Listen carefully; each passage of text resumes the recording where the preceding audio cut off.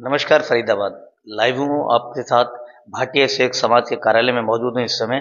और भाटिया सेवक समाज पिछले काफी समय से विवादों में चल रहा है और उसके बावजूद भी 26 जनवरी 2026 को यहाँ चुनाव किया गया और उसमें सरदार प्रीतम सिंह जी को प्रधान बना दिया गया।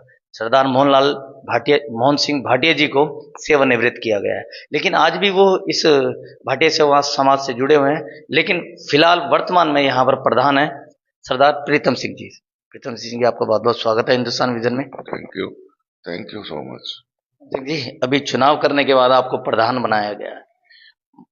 मोहन सिंह भाटिया जी भी उम्र दराज थे और और आप भी उम्र दराज हैं, तो क्या फर्क रहा है इसमें? क्या परिवर्तन लाने के लिए किया जबकि युवाओं को आगे लाना चाहिए था? सर। ऐसा है, जैसे कि आपने मुझे पूछा सवाल कि भाई वो भी बुजुर्ग है और मैं भी बुजुर्ग हूँ।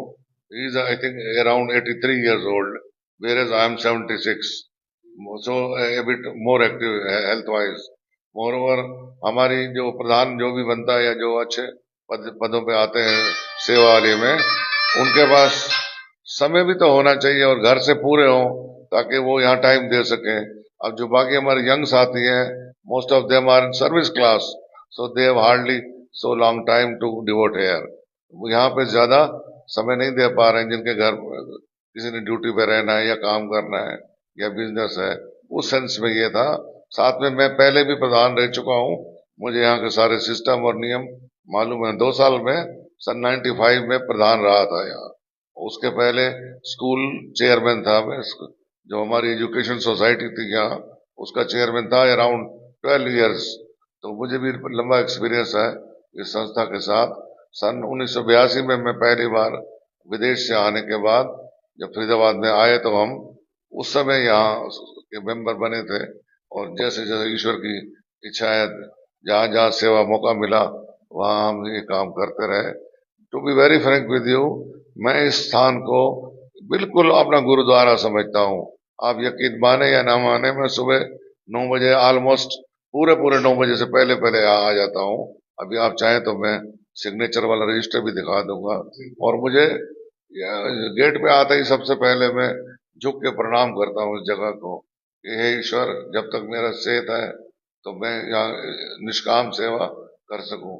मुझे ईश्वर का दिया बहुत है, मेरा घर चलने लायक जो भी है मैं उससे संतुष्ट हूँ। तो ईश्वर से ये सेवा मांग रहा था, पता नहीं कहाँ मेरे जहन में आई होगी और ये गुरु की ऐसी कृपा हुई जो यहाँ मुझे मिली। और मुझे इस बात का बड़ा सेटिस्फेक्शन भी है, सुकून भी है, जब मैं अपना काम छोड़ के यहाँ आता हूँ परिवार छोड़ के, तो मैं ये समझता हूँ कि मैं जो हमारा जीवन बीता है, हो सकता है कोई गलतियां भी हुई हो उसमें, उसको सुधार हो जाए।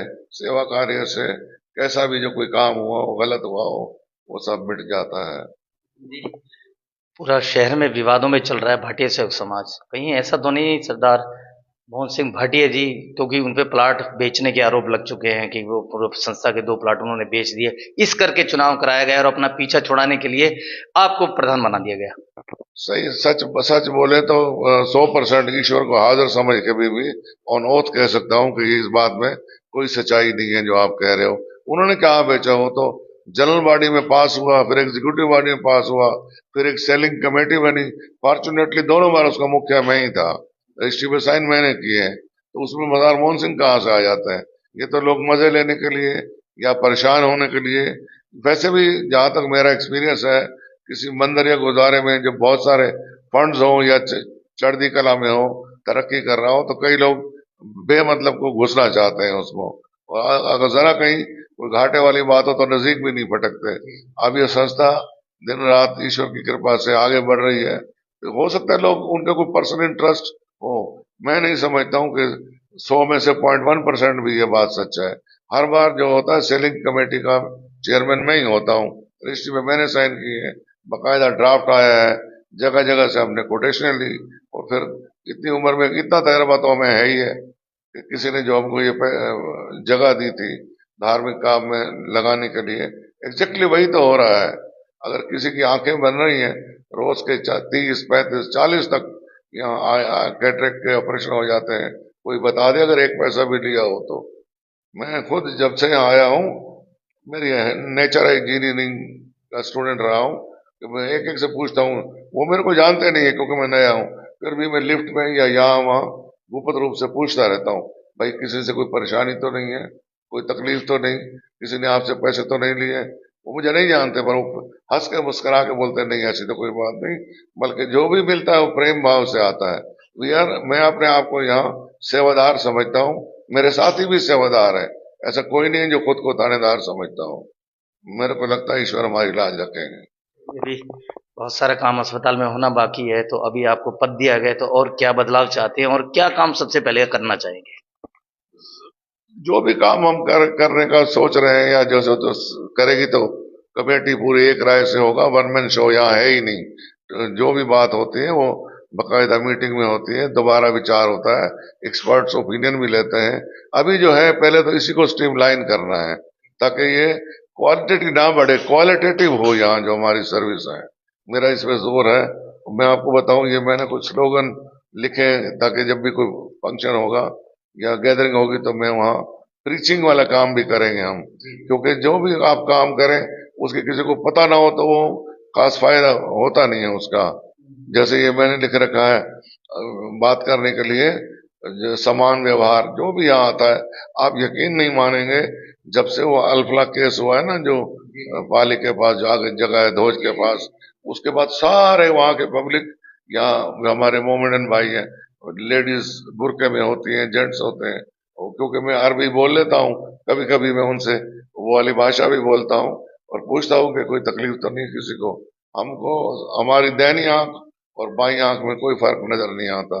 ऑल ह्यूमन बीइंग आर जो है वो प्रभु राम की क्रिएशन है। हम किसी से फर्क नहीं करते, सबको बराबर की सेवा का मौका देते हैं। पहले पूरी जानकारी देते हैं यहाँ क्या हो रहा है, आते ही काउंसलिंग करते हैं, सबसे एक समान प्यार वाला व्यवहार करते हैं, बिना बताए कोई अतिरिक्त खर्च हम लोग नहीं नहीं लेते किसी से भी। हमें जरूरत ही नहीं है, ईश्वर का दिया हुआ होता है।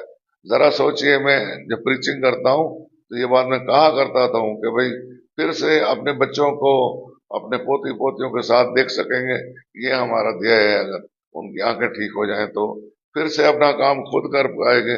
कोई बुजुर्ग बंदे जो ठीक से नहीं देख पाते हैं, वो काम नहीं कर पाते हैं, या समझ लीजिए कोई बुजुर्ग बंदा फिर से मंदिर जाए, गुरुद्वारे जाए या बाजार जाए। मैं कहता हूँ रोशनी है तो आत्मविश्वास है तो जीवन है, जब आंखें बंद हो तो सब मिट्टी सा नजर आता है। ठीक है, हमारे साथ सरदार प्रीतम सिंह भाटिया जी, जिन्होंने हमारे से बड़ी सी बातें शेयर की हैं कि यह ईमानदारी और इंसानियत के साथ इस अस्पताल का निर्माण किया जा रहा है और अभी थोड़ा सा काम बाकी है, वो भी पूरी जनता के सहयोग से पूरा हो पाएगा। प्लॉट बेचने वाली बातें के ऊपर उन्होंने हमें बताया कि वो निराधार है उनके ऊपर, क्योंकि उनका बेचने का अधिकार उनके पास नहीं है, कि जो कोई मैनेजमेंट का निर्णय होता है उसके बाद कोई निर्णय लिया जाता है। अब कितना सच है और कितना झूठ है, इनकी मैनेजमेंट जानती है। हमारा काम सिर्फ जनता को अवगत कराना है। जो हमने आज प्रीतम सिंह जी से बैठ के बातचीत की, वो अस्पताल को और ऊंचाइयों पर ले जाना चाहते हैं, और वो कहते हैं कि अगर हमारे यहाँ आकर ऑपरेट करने के बाद किसी की आंखों की रोशनी मिल पाती है तो अपने बच्चों को देख पाएगा, ईश्वर को देख पाएगा और दिनचर्या में वो काम कर पाएगा। तो जुड़े रहे हमारे साथ, देखते रहे हिंदुस्तान विजन। मेरे सहयोगी भावना पाठक के साथ मैं सुरेश गौतम।